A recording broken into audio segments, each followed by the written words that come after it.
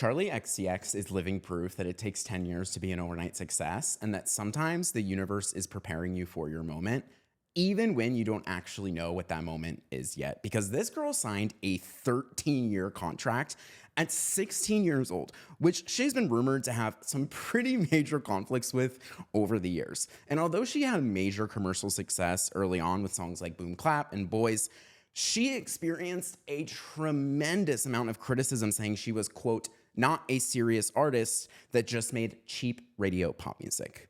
Especially in the early days of her career when she was so often compared to Lorde, another artist coming up at the exact same time, but we'll talk about that lore of them later on in the video. Yet in 2024, a year with music releases from the likes of Taylor Swift, Beyonce, Ariana Grande, Brat was more critically acclaimed than all of them. And in fact, anytime I open my phone, it seems like all anyone can talk about is Brat Summer. Charli's story is the eternal battle of any artist.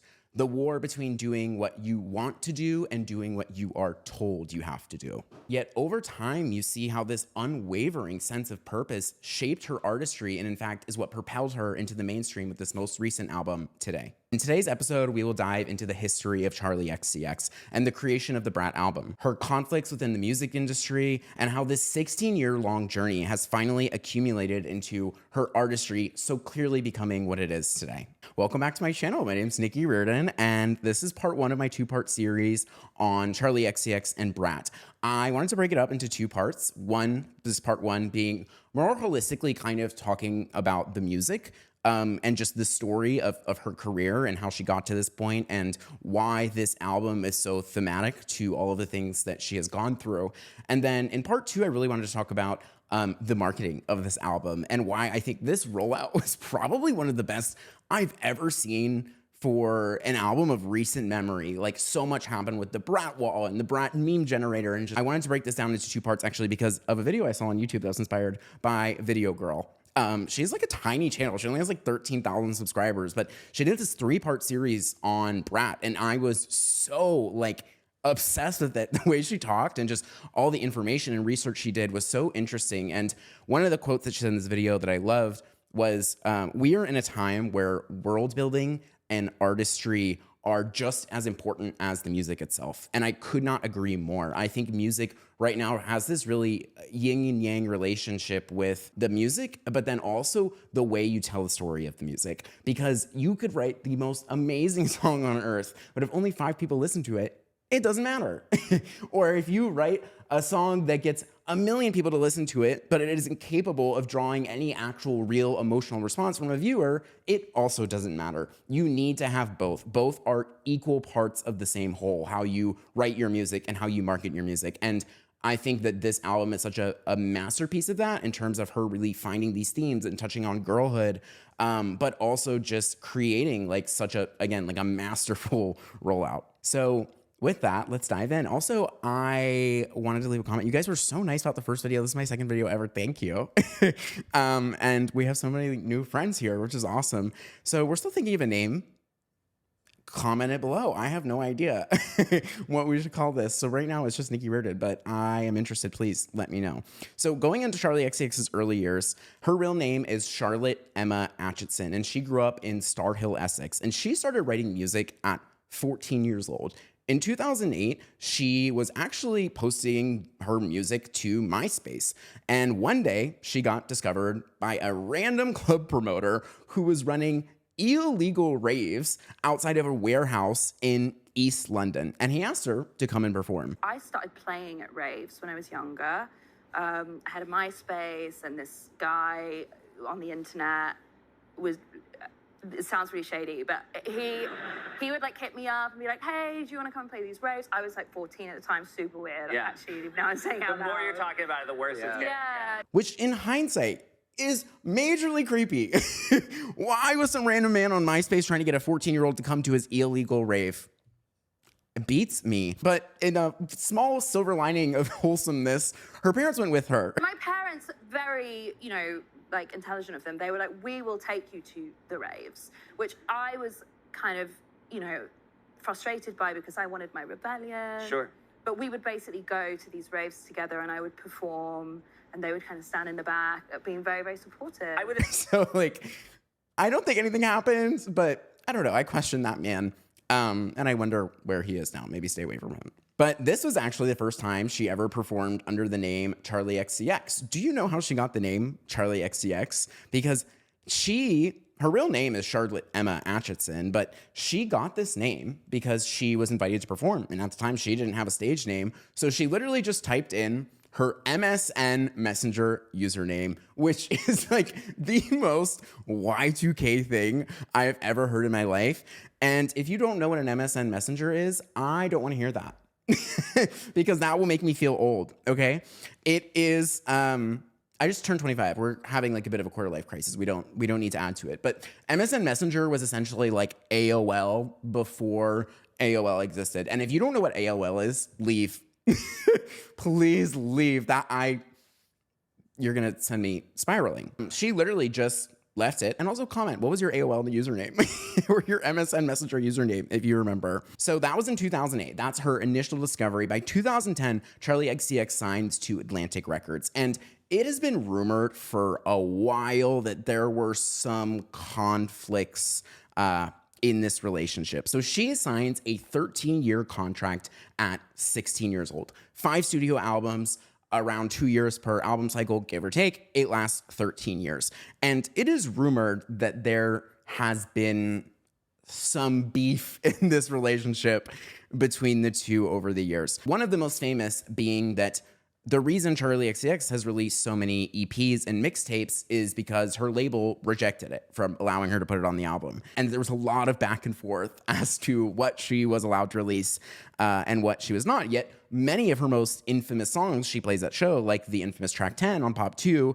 are like from these EPs and from these mixtapes that she had put out. So it's also so interesting to think about, you know, how much of her life could have changed. But again, it's one of those things where the universe was preparing her for her moment in ways she could never expect. So she's also publicly stated how much she dislikes labels trying to get involved with the writing and music making process, and how she feels like it's really their goal to commercialize the music, essentially, and make it as widely appealable as possible, whereas the artist is a lot more focused on making it as unique to them as possible, and how these two things very often butt heads. Her 5th album was Crash. So she had said, I'm done with this contract, blah, blah, blah. Publicly stated it even, that this was her 5th and last album under Atlantic. And then in some interviews even, she had alluded to the fact that she was like a free agent or independent artist. When I was doing research, she never directly states that, but she also doesn't state she's like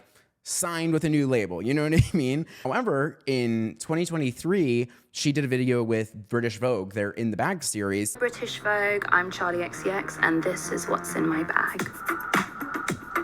And she reveals in this video that she re-signed with Atlantic for 2 more albums. I'm gonna pull this thing out. This is my brand new recording contract. I signed it yesterday. 2 albums, baby. We're in business. One of those albums being Brat. And there are a few theories as to why, or maybe what happened. First, I want to talk about Crash. And like, really, this is like, I think what a lot of people think happened was that Crash, her 5th and most recent album, ended up being her most commercially successful, I think by far.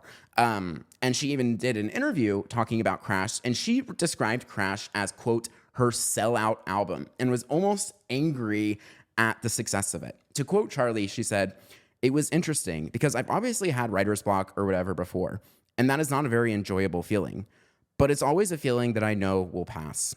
But I really felt it for a long time once Crash was out. This sense of like, I didn't really know what was the point in making music. That was really depressing and sad to me because there was always been a point to making music. It's always given me so much life and vibrancy and been such an important part of who I am. It was very strange." This album was the one she allowed the label to have the most control over.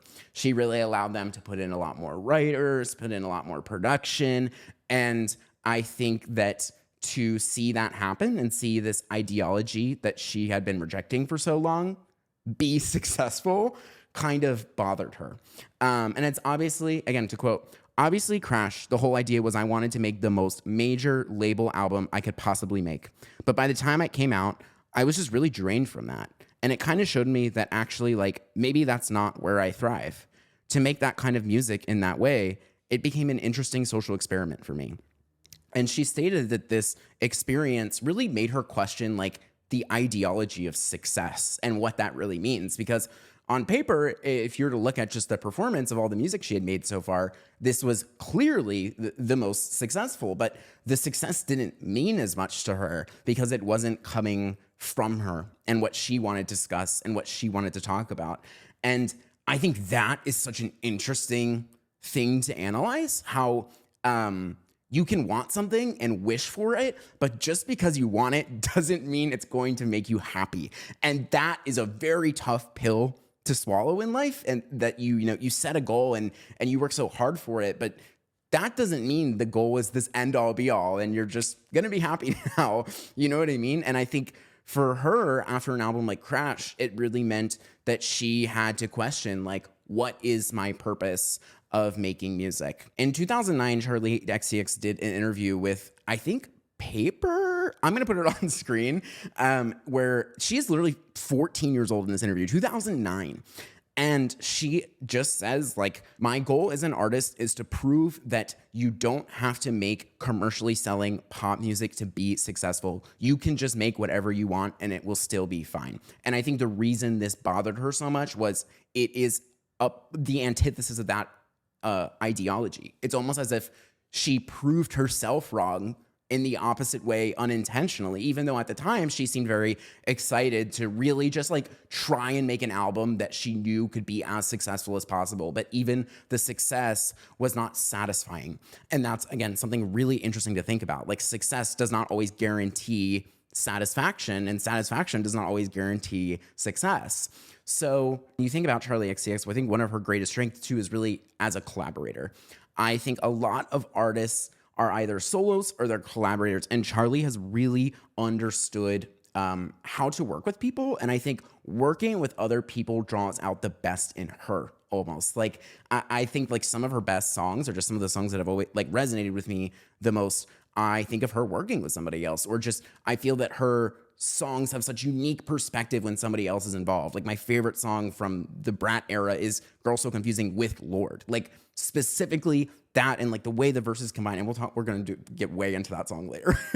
Trust me. But like the way that it like rebuttals, and almost it's like Charli saying, these are my insecurities, Lorde saying like, these are my insecurities, and then addressing how so many of those things overlapped and they never even talked about it, is like, that is the only type of song that can come from two people being a part of it. And that I think is like so cool when she's collaborated with people like Diplo, Troye Sivan, BTS, Ray, Iggy Azalea, Tuvlo, Addison Rae. Like, you see how much she is like eager and willing to work with people of just almost like all over the place, because I think it excites her and brings out the best in her. But did you know that Charli XCX has writing and producing credits for songs like Selena Gomez's Beg For It in 2015, Ray's I You Us in 2016, which she also directed the music video for, which I thought is so cool. And God, can we please get the two of them on a track together? Oh my God, what a crazy meshing of sounds. Are you kidding me? They're friends. They've already worked together before. We need it to happen. In 2017, she did OMG by Camila Cabello and Quavo. In 2018, she did a song with Madison Beer and Quavo, Hurts Like Hell. In 2019, she did Shawn Mendes and Camila Cabello's Senorita. Also in 2019, Dream Glow with BTS. Twice's Girls Like Summer, TXT's We Lost the Summer. She also wrote 2 songs for Gwen Stefani called Hard to Love and Hell Yeah Baby, which were never released, just unreleased songs. I don't know where are they? We had a Gwen Stefani come back this year. Where were they? Where are they? Anyways, she also did music for the movie Bottoms, starring Iowa Debris, Rachel Sennett, Nicholas Galitzine, Kaya Gerber, Marshawn Lynch. Also, Charli XCX is producing a movie soundtrack with Jack Antonoff for a movie starring Anne Hathaway and Michaela Cole that is being produced by A24. Why is nobody talking about this? I have not seen a single person talk about this, but I made a TikTok about it a long time ago. But like, are you kidding? That's going to be a movie, an A24 movie starring Anne Hathaway with music from Charli XCX and Jack Antonoff. Sign me up. I will be swiping my card, buying the ticket. 1000%. So that was just a quick recap of Charli's origin and like kind of quick how she got to where she is. I mean, Brat is her 6th studio album. And what blew my mind about this album is Charli X's superpower as an artist is her ability to combine these like very deep rooted emotional themes with very just like hyperpop dance music sounds. For example, Apple is a song about generational trauma, playing off of the idiom, the apple doesn't fall far from the tree. Quote, I think the apple's rotten right to the core, from all the things passed down, from all the apples coming before. I split the apple down symmetrical lines, and what I find is kind of scary. This is literally just, again, her playing off this extended metaphor of the apple not falling far from the tree and how so much of these problems and insecurities she has in her life, she's realized stem from her parents.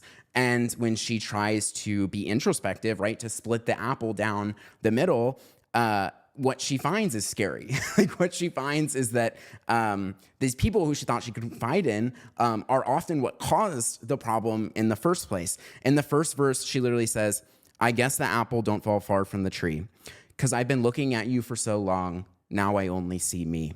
I want to throw the apple into the sky. It feels like you never understand me. The idea that you experience problems in your life and you want to talk to your parents about them, yet anytime you try and talk to your parents about them, all you can see is that same problem you have also reflected in them, and that they can't be the solution either. And that it's so funny how so much of this generational trauma, you think that these shared experiences from what their parents did to them and then what they did to you would make you bond over it and make you able to talk about these things, when in actuality, it's almost the opposite. It sets you even further apart. You know, there's always this idea, well, what my dad to me was so much worse, blah, blah, blah. And it's not a competition. You know, trauma is not a competition. There doesn't have to be a winner or a worse experience or a better experience. It's about moving past it. In verse 2, she says, I guess the apple could turn yellow or green. I know there's lots of different nuances to you and me.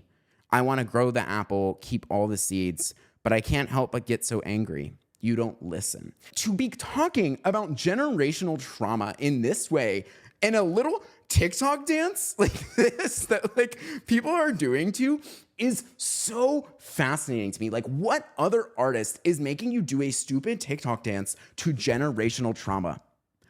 I can't name one. Like, that to me is her superpower as an artist. It is this ability that she has these, like, this sound, you know, it's very hyperpop, it's very club music, it's dance music. That's what she likes to listen to. That's what she likes to make. But the lyrics, when you really pay attention, are like these very deep rooted themes that are so important to this coming of age experience. I think especially in like your 20s and 30s, at least for me, so much of it was like learning about the flaws of your parents, and also sometimes having to unlearn some of the things that they taught you or ways that they respond to problems that you just perceived as normal because they're your parents and that's how they act. But in actuality, you realize that there's, again, more nuance to you and me, and how she wants to try and grow this relationship and keep all the seeds.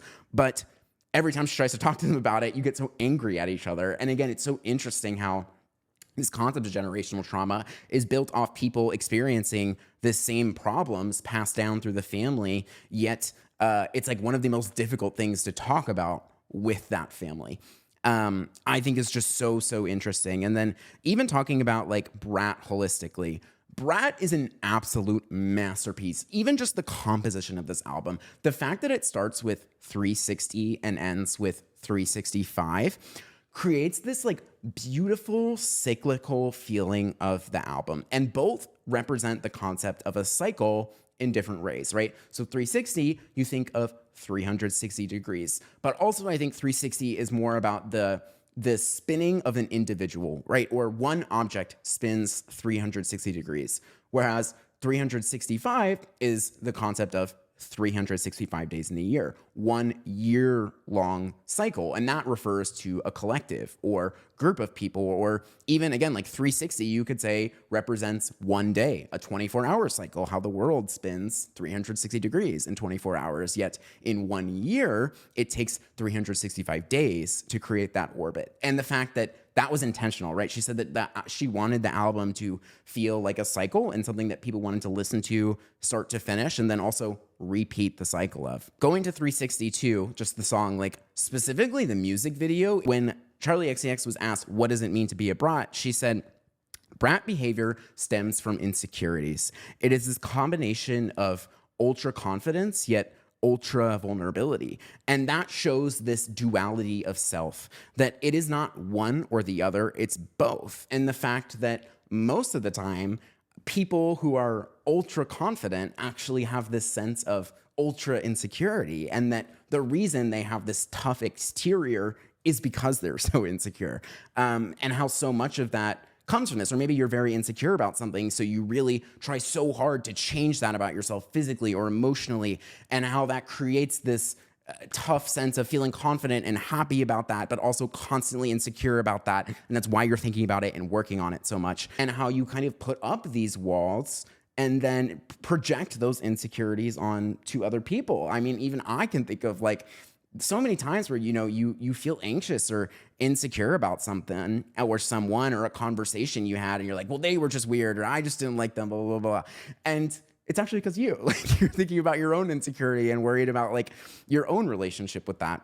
Next, and my absolute favorite song on the album, is Everything is Romantic. Everything Romantic is the best song off of Brat. And if you don't think otherwise, I am here to convince you, because the fucking production of this song, the fact that it starts off with like a pure orchestra on a Charli XCX song to like create and set this tone of romance, then flawlessly transitions into this like hyper pop beat of like that we all know and love Charli for. And this song is intentionally written almost like a poem in the verses, where there's just these very like blatant sentences, observations of, to quote, Jesus Christ on a plastic sign, fall in love again and again, winding roads, doing manual drive, early nights and white sheets with lace curtains, Capri in the distance, and a place that can make you change your mind.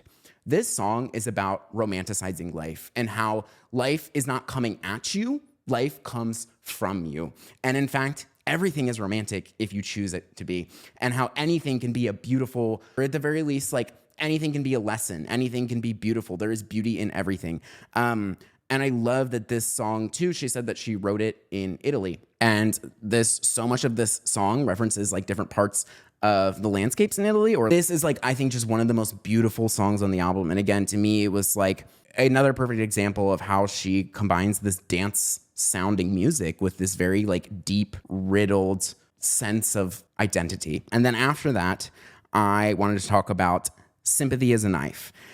Sympathy is a Knife, the sound kind of reminds me of OG Lady Gaga in a way, if you listen to it, especially like the intro, the beginning. I don't know why it feels very Lady Gaga to me.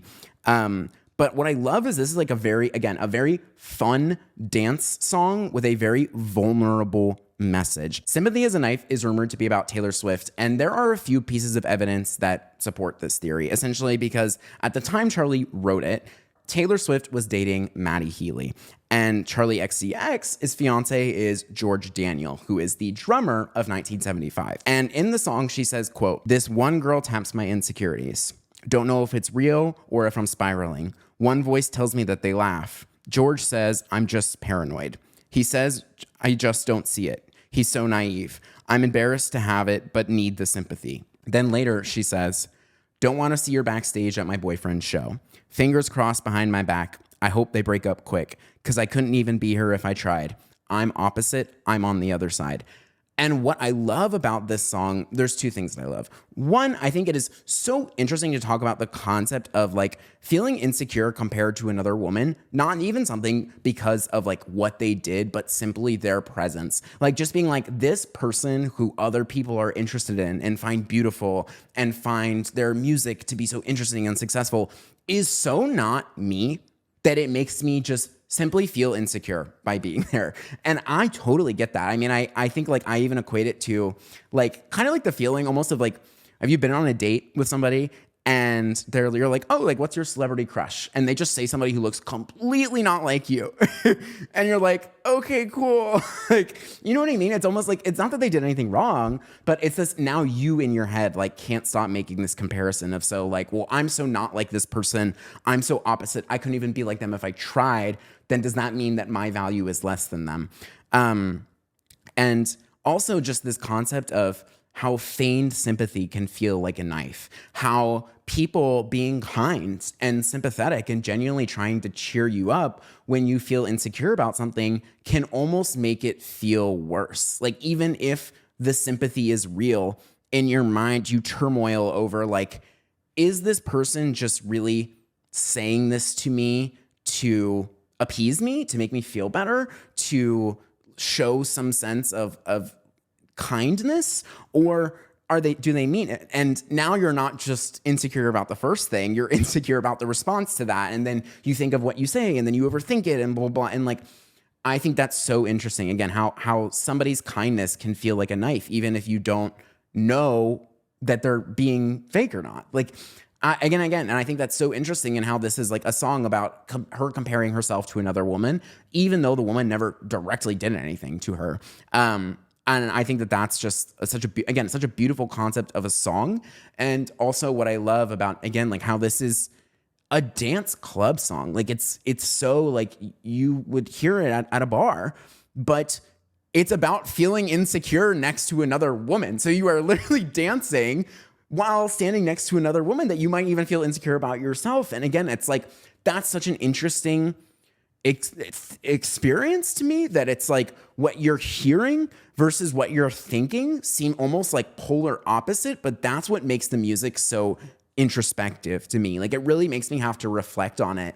And also how, you know, like, I think it's also just a beautiful power of music that somebody can produce and create something that makes you feel so ephemeral and energetic and alive, but the lyrics can make you feel so deep and sad and questioning, and to do both at the same time is so unlike what any other artist in pop is doing right now. And that is really, I think, where, again, Charli X has really hit her stride with this, is finding ways to combine this sound that she was really known for, and what people really liked her for, but now adding this lyricism. Like, this lyricism is really when I became a fan, I think. Because I don't know, maybe I'm just a sad girl too when it comes to like my music taste in general. I know this about myself. So like, maybe that's the element that was missing for me, is like, I need somebody to make me question my existence like once a day, or else what are we doing? So going off of that, I think the best song Charli XCX has ever made is Girl So Confusing feature Lorde. Now, technically this isn't on Brat, so it does not contradict my previous statement. But Girl So Confusing featuring Lorde might be one of the greatest collaborations we've ever experienced in pop music. And if they do not win the Grammy for Best Pop Duo Performance, I think we riot. I think we January 6th the Grammys. Like, this song was insane to me. It is the definition of women supporting women. And the lore behind it is so interesting, because to me it talks about how women can be friendly and have admiration for each other while also making each other mutually feel insecure about one another. And honestly, I could literally give a TED talk on this song. So I'm just going to take it through Charli's verse and then Lorde's verse, because they are designed to be responses to one another, and also just like the way it's written. So Charli starts by saying, "Yeah, I don't know if you like me. Sometimes I think you might hate me. Sometimes I think I might hate you. Maybe you just want to be me. You always say, let's go out. So we go eat at a restaurant. Sometimes it feels a bit awkward because we don't have much in common." And then Lorde's verse, "Well, honestly, I was speechless when I woke up to your voice note. You told me how you'd been feeling. Let's work it out on the remix. You always say, let's go out, but then I'd cancel last minute. I was so lost in my head and so scared to be in your pictures. Because for the last couple of years, I've been at war with my body. I tried to starve myself thinner, but then I gained all the weight back. I was trapped in the hatred and your life seemed so awesome. I never thought for a second my voice was in your head." Again, it's how everybody is insecure about something or going through something. Like how they didn't even know, they just knew that there was tension. They didn't know why they felt this way about each other, really. But there was just like this uncomfort and discomfort, and the way Charli perceives it and the way Lorde perceived it are both incorrect. I think that's like what's coolest about this, is that neither one of them was right. But the way they reacted and handled it, it makes so much sense. How, Charli was like trying to invite her out and be friendly, but Lorde was not wanting to go out because she was battling anorexia, and how there was no way for Charli to do that unless she told her. But then Charli perceives it as like, oh, well, this girl doesn't want to be around me. She doesn't like me. And Lorde perceives it as like, I just had no idea that I was like in your head in that way. And that it's not that I don't like you, but I was insecure about myself. I was battling this hatred, and seeing you happy and successful almost makes me feel even more insecure about myself, because now I'm comparing myself to you. And neither one of them are at fault. I think that's what's like so beautiful about this, like stories like this, is it's not, there's no right and wrong. It's just they both went through a situation, had perceived it in different ways, and neither one of them was right. Like there's no concrete answer. But then once they worked it out on the remix, they realized how they were both just in their head about absolutely nothing, and how easy it would have been to solve these problems almost years ago, how they just had a conversation about it. And that I think is so cool, especially with these two specifically, as they've pretty much been compared to each other their entire career. So like a bit of slight lore is that they both just came up around the same time. Both artists from the UK. Love Lorde and She's from New Zealand. yes, And you're from England. yes. There's difference That's the number one. only difference. Both pop stars, both around the same age, and just in similar years, but were very opposite in terms of sound. Like Charli was doing like, I don't care, I love it, like very hyper pop music. And Lorde was known for this anti-pop, this antithesis, this songs like Royals that are literally questioning what the idea of like status and wealth is, and like why people, romanticize this life so much, and how they were so often compared to each other, also because they look so similar. He was like, you're a singer, aren't you? And I'm like, yeah, I am. He was like, I knew it. I love your song Royals. And I'm like, oh. Especially when they were young, they have like very similar hair and hairstyles. And so much so they're even frequently were mistaken for each other in interviews. There's this one interview from 2014, I think, where the interviewer literally asked Charli XCX, like, how did it feel to write the song Royals? I have to say that I love your music. One of my favorite songs that you have is Royals.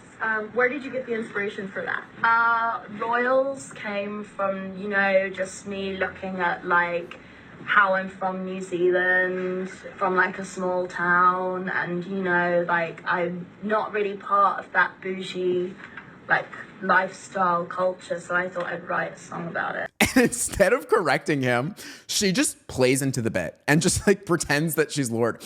And I'm sure the interviewer was very mortified afterwards. I would be, as he should, honestly. Do your research. But like, this is like where so much of the comparison stemmed from, and how much they were just like very frequently referred to one another and put in the same conversation. I honestly think you can even draw a similar thing to what we've seen with like Olivia Rodrigo and Sabrina Carpenter, how they were just like both young people who kind of came from Disney around the same time, and then dated somebody, both dated the same person. So then everybody's like, it's a competition, it's versus, like who's gonna be better, blah, blah, blah. And it's like, I don't think we can like both. You can listen to both of them. Like it doesn't, there's no winners and losers. I think the internet really perpetuates this sometimes, and it's just something I hate, of like, there has to be a winner and a loser. It has to be, I'm right, you're wrong. Instead of just like, I like this person for this thing, and I like this person for this thing, and I enjoy both of them in different ways, and there's no, again, right or wrong answer. So that is like really what I think happened with this Charli XCX and Lorde experience.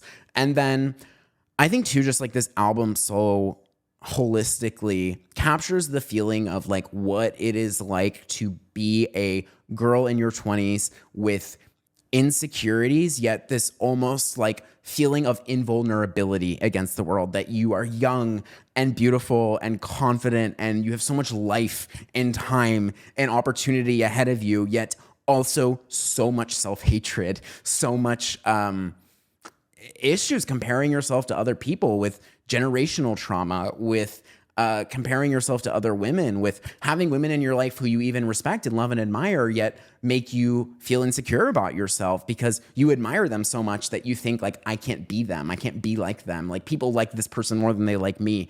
And again, to do all of that in the sound in which she did it in, I think is like what makes this album so spectacular and what makes it so new and different to pop. Like, you see a lot of artists in pop who touch on very deep themes. There's lots of songs written about generational trauma, and you see a lot of people who can make songs that are very like poppy and fun and you want to dance to, but it's so hard to do both at the same time. And that, I think, is when she really figured this out. And when I think like now what the future of Charli XCX's career is going to look like, at least I hope, is honing this, like really making this her craft. Because I think she just found something that no one else really knows how to do as well as she's doing it right now.